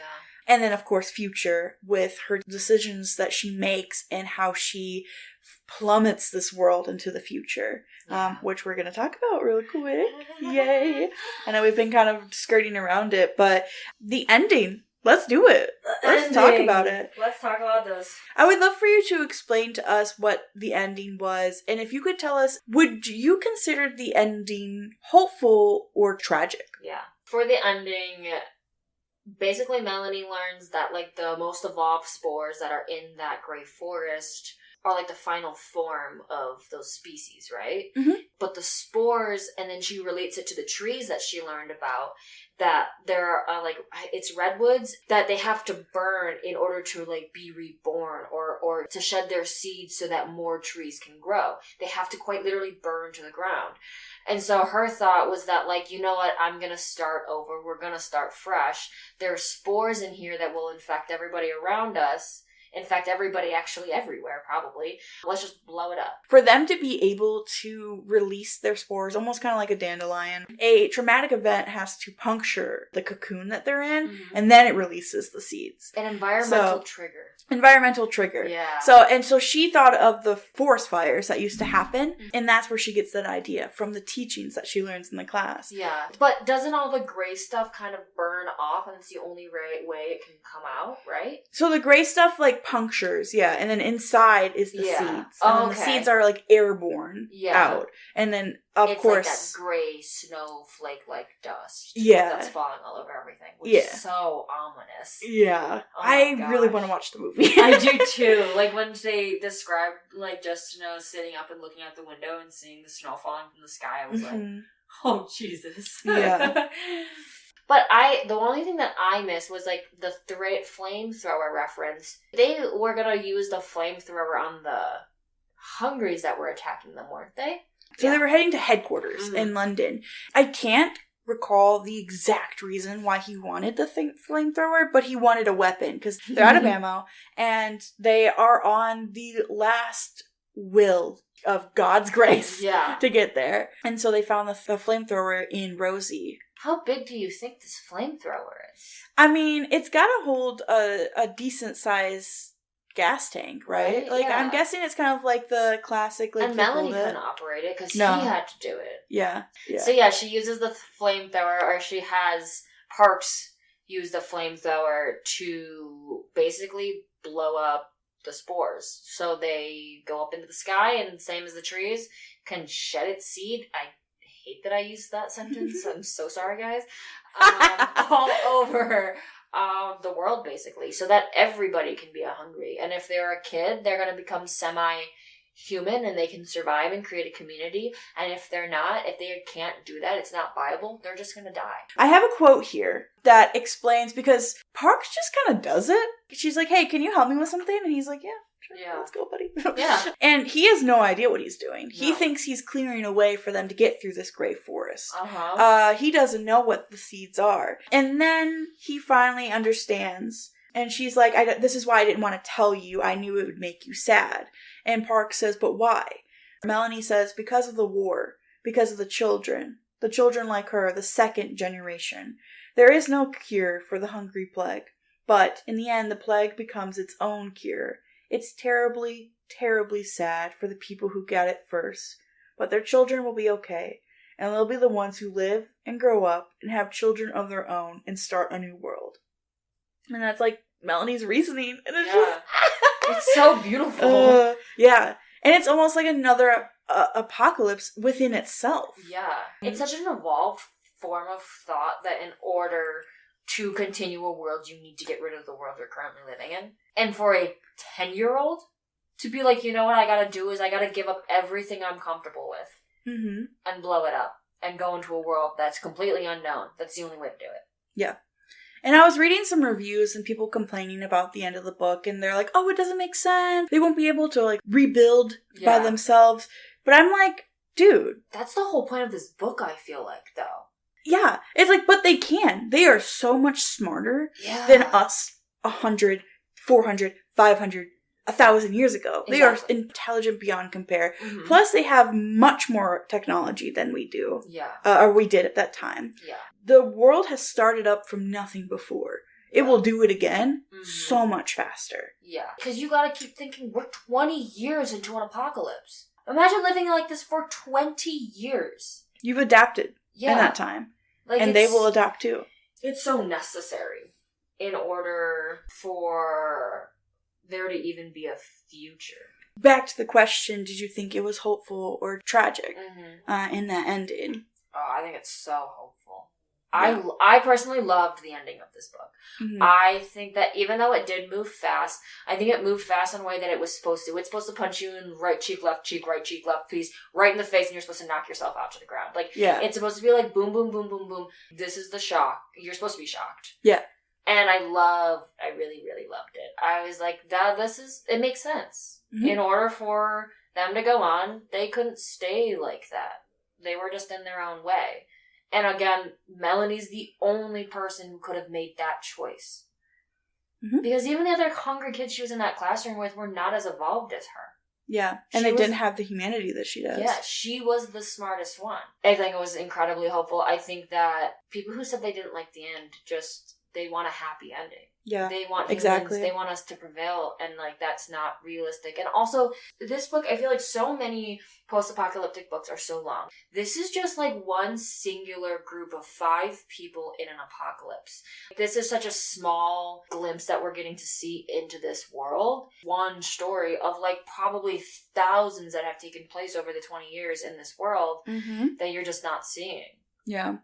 There is the standalone Boy on the Bridge, but it just happens within the same world. Yeah. So it's cool that it's not a sequel or a prequel. Mm-hmm. It is a completely different story. Yeah, in that world, because it makes sense. It's been like that for so long. There are so many stories that could be told about that time. Exactly. At different points, when it first started, in the middle, kind of like the way The Quiet Place did, where you were in the middle of it, and then they took you back to the beginning of how it even just started.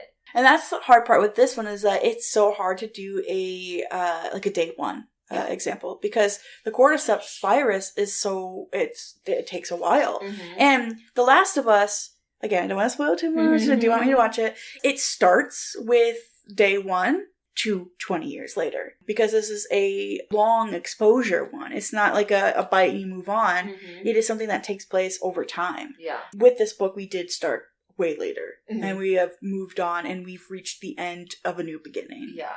Which I think it leads him to be able to write an entirely new world of just hybrid hungry children, but... Yeah. I mean, would I take a sequel? Obviously. Yeah. But... Because the whole just, like, setting up the classroom? Where did those children come from? Were those... Yeah. What they just children? plucked them right off the street. They just grabbed them the right way off. they did them originally. Yeah. So Melanie was, I think, 4 or 5 when they pulled her from the street. Yeah. And she's been in the lab since then. Yeah. So basically, her idea is, like, let me just start over. But isn't Justino gonna die? And that's what I want to talk about next, is the end of the story. Parks pretty much, oh my god, he makes Melanie shoot her in that. Oh my god, that's so awful. Dude. But yeah, he makes Melanie shoot him because he's like, oh, I can't shoot with my left hand. Okay, get over it. You can. Okay, die painfully. You can. You do were it. mean to her for half this book. Die painfully. And Melanie does it. That would be a good reason to have a sequel, is like, how does that affect her? Because in the moment, it doesn't really affect her. No. And she waits until he's almost gone before she does it, almost like letting him savor those last few minutes of his human life. Yeah. But yeah, they release these spores, and Justinu just sits down and starts teaching these kids the alphabet. Like, that to me, like, she seems brainwashed at that point. Yeah. Like, that doesn't make any sense. Is she already being... Because we don't know how long she's been unconscious. Is she already being affected by the spores?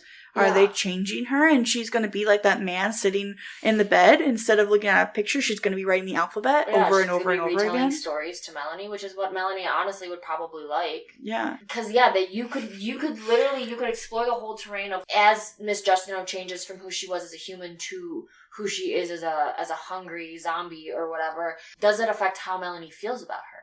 Yeah. You Once know? she starts to see that Justinu is leaving herself, Yeah. does that love still stay? Mm-hmm. Because is she attached to who Justinu is as a human, or the idea of Justinu? And is she so humanized to a point where she can't fit in with the other children? Mm-hmm. And without humans, you can't humanize. Yeah. Like, without Justino, she could have never made Melanie the way that she is. So those kids will never be like Melanie because they'll never get that type of insight. Yeah. Melanie can't teach it to them because she doesn't know the world that existed before. She can share the stories and stuff, but, like, she doesn't actually know. All she knows is what she's been taught.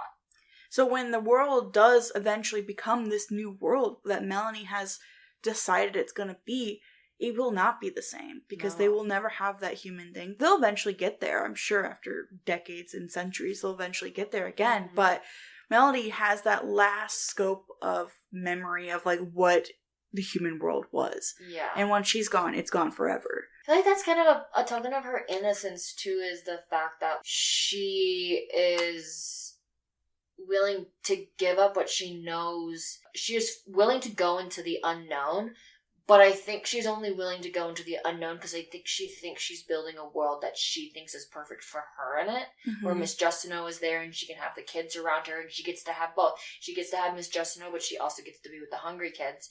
Unfortunately, the majority of the time, like, the way you want it to work is not always the best way. It wasn't always the solution. It's not always the answer. Yeah, so even though Melanie has made this new world, there will still be flaws within it. Mm-hmm. And there are still moments where it is not the right option, but it was the better of the two outcomes. Yeah. And there's so many questions about them as hungries. Like, if they're kids and she's growing, will she die? Does old age affect her? Because she can go a long time without eating and drinking. Exactly. Like, she can run really fast distances. Like, she sounds like a vampire at that point. Yeah. Like, it doesn't seem that, like, time should affect her. Yeah. No, because they talk about how a majority of the hungries when they're bitten are, like, in the state that they were when they were first turned. Because remember the hungry boy when she cut his head off and his body fell out, and they're like, oh, this boy must have been 5 or 6 when he was turned. Their bodies don't physically change after that. He was a hungry kid. Yeah, I don't know. So are only their brains developing and not their bodies? Because if their bodies aren't developing, then they can't breed. Yeah. They can't create the world that Melanie thinks they're going to create. Okay, I think there has to be another one because I got too many questions. Melanie is maturing, because Caldwell mentions that she hasn't reached her like sexual maturing yet, but she was waiting until she did so that way she could test on her at an older age. Yeah. So are there moments where they do, or like do they have to be born with this, not bitten, but born as a She's hybrid? born, not bitten. She grows every single day. You nicknamed my daughter The Volturi Swoopin. Is there ever a podcast where I don't talk about Twilight? No. Yeah, we could go on and on and on forever, but let's break it up a little bit and play a little game. Yeah, let's do it. Okay, so one big thing with Melanie, as you guys have heard, is that she does a lot of, at the beginning of the book especially, she does a lot of studying and classroom stuff, exams. But one of the big things is that they had a scene where they were talking about the periodic table and how every kid had to say an element that was on the periodic table to a letter of their first name. So I want to see, I'm not going to go that hard on you because, you're not hungry. So you are going to name as many elements on the periodic table that you can in 30 seconds. All right, you guys let me know if this sounds like I took AP chemistry in high school. Okay. All right, you ready?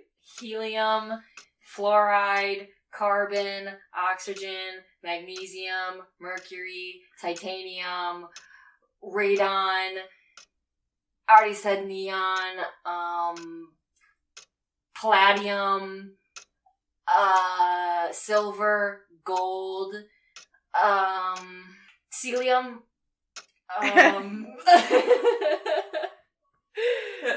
All right. Hey, you got more than I thought you were gonna get. That's a real random one. Celium?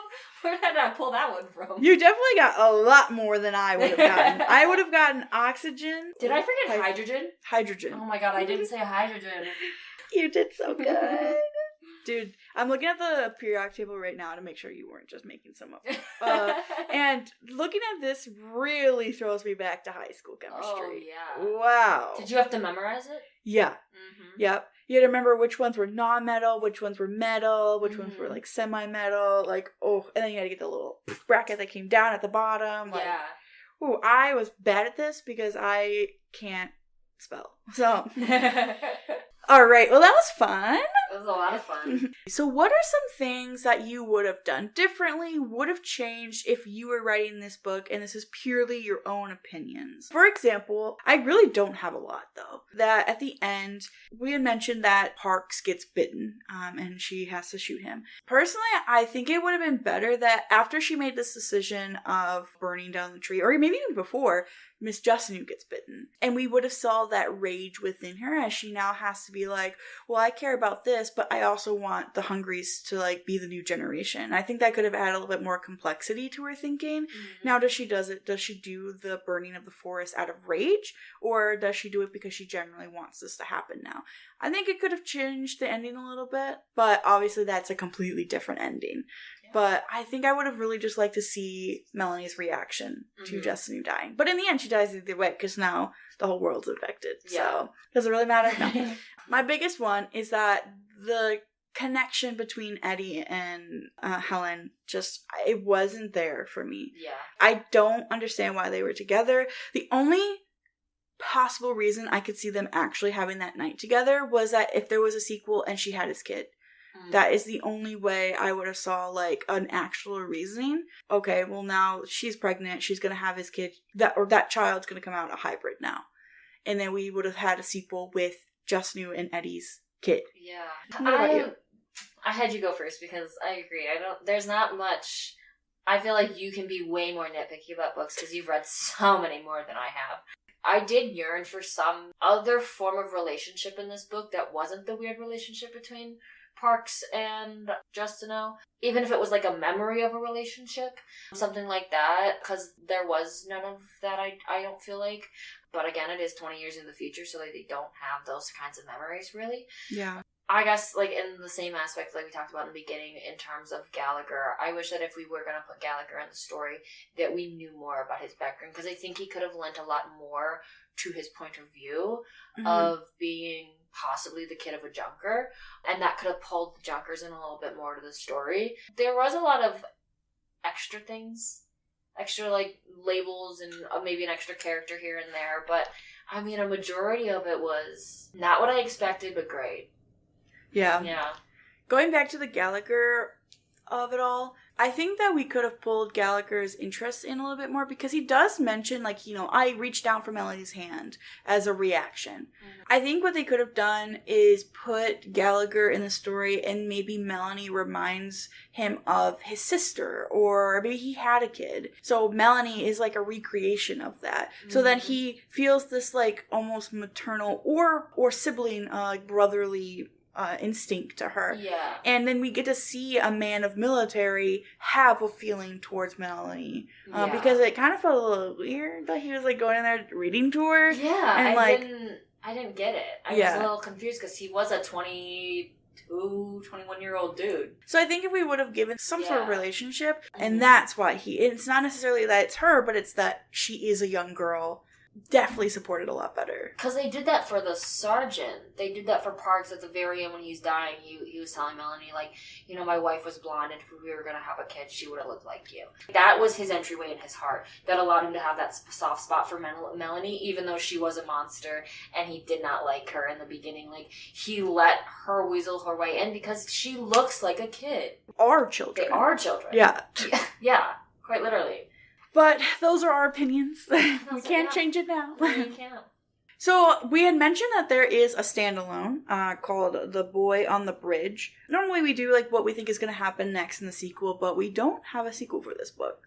So what do you think is something that's going to happen in The Boy on the Bridge? A little synopsis here. Once upon a time, in a land blighted by horror, there is a very clever boy. The people thought the boy could save them, so they opened their gate and sent him into the world, to where the monsters lived. That's all we got. Oh.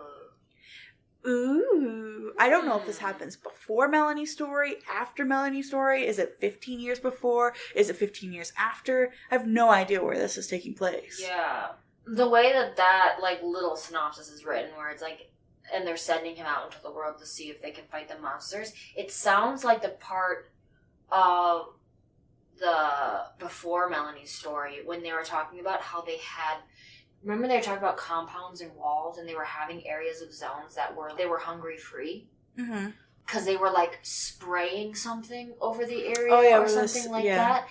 I think that maybe it's set in that time when their people still had community and they were all still living together, but they were living in a bubble together and they were fighting whatever was on the outside of that bubble. So maybe they have a hungry kid that at this point they really have no idea who he is because they didn't understand him in this book. So they definitely don't understand him in this one probably, but they think that he can save them in some way. In the same way where like Melanie is different because they didn't think she's going to save them. Parks did not know that she could do any of that she could help them in any way. He just thought she was baggage and a test subject that Caldwell wanted. But once she became useful, he was like, oh, okay, we can use her. Yep. So that's the only part where I'm like, if they already knew they could use these kids, why haven't they been? Yeah. I don't know. Man. But also, why is he on a bridge? What does the bridge have to do with it? What's the bridge? What bridge is in London? Or is he in America? London Bridge is falling down? Oh my gosh, the London Bridge. Is there a bridge in London called the London Bridge? Well, isn't that a kid's song? Oh yeah. London Bridge is falling down, falling down. Falling down, London Bridge. That would be so haunting with this book. Oh. Just children singing that? Okay, well, if you guys want to see The Boy on the Bridge next year on the podcast, let us know. Let us know. And we'll do it. Oh, yes, we will. I think everybody should read this book. It makes you think so heavily about humanity and life. And in a world right now where so much is unknown and we're scared about our future right now, I think that, like, I've always been a person who's scared of the future, the apocalypse and the world ending and me dying and never being here again. Like, that's something I've always been afraid of. This book, for some reason, made me feel better about it. Yeah. It made me feel like you can accept that, like, at one point, like, the earth is just not feasible for us as people, but that doesn't mean that life itself stops. Yeah. Because life is still happening. It's just not our reality in our life, but it's still life. So, it makes you less selfish about the human experience and more intrigued by the experience of just the world existing as a whole. It's like the world ends, but the earth continues on. Yeah, our world ends. Yeah. But a new world begins. A new world begins. Dun dun dun. It's so hopeful in such an awfully sad and messed up book with dying and possessed children. Like, yeah. Do you know what? You want to know something that's crazy? That this book had less death in it than the Warrior Cat series did. That book had a lot of death in That's crazy. it. Unfortunately, it is time for us to go. Oh no, you'll have to wait a whole nother year, guys. But before we do one last thing. We do the rating scale. However, we do it a little bit different here on the Book Stop. We make up our own thing.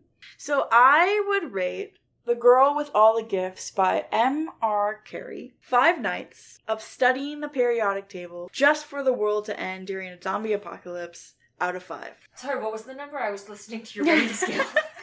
5 out of 5. 5 out of 5. 5 out of 5. I really, really liked this book. And I think the things I didn't like about it wasn't enough to make me knock it down a star or have any justifiable reasoning why I didn't like this book. I just genuinely liked this book. Really well done. I think it's a nice twist to that zombie apocalypse, quote unquote, finding a cure, but there is none. Like, usually when you see like a book or a movie or show, a lot of it is like selfish reasonings of why we can't find a cure. It's like, I don't want to make these sacrifices. We just do. We do in this one. And Melanie makes those sacrifices. Yeah. All right. What about you? So my rating, I would rate The Girl with All the Gifts 9.5 hungries at the end of your flashlight out of 10. Creepy. Only One's like because- cut in half. Yeah.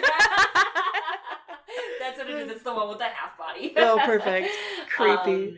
But yeah, it's just it's so good. Creepy, chilling, thought-provoking, funny at times. Like, I laughed in this book. Yeah. When she said the Trojan War, probably. Like, Or when she like punches Caldwell in the face, I laughed. Yeah. I was like, oh my god.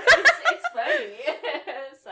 All right. Well, thank you so much for recommending the book and coming onto the podcast. Thank you for loving it. And thank you for having me. Of course. You'll be on next year. I don't know if we're going to do a spooky book. I think you're coming on a little bit earlier in the year. I think so, yeah. But, you know, maybe for a little surprise episode on the Patreon, Ooh. Anastasia will come back on and read that book. Cool. Ooh. Yeah, thank you so much, and we'll see you next time. Bye, guys. Thank you for turning the pages with us today. If you've enjoyed this episode, show your support by leaving a review, sharing the episode, and following the podcast on Instagram at The Book Stop Podcast. Join us on Patreon for early access to episodes and other additional content. Thank you for listening, and I'm looking forward to the next one. Hope you are too.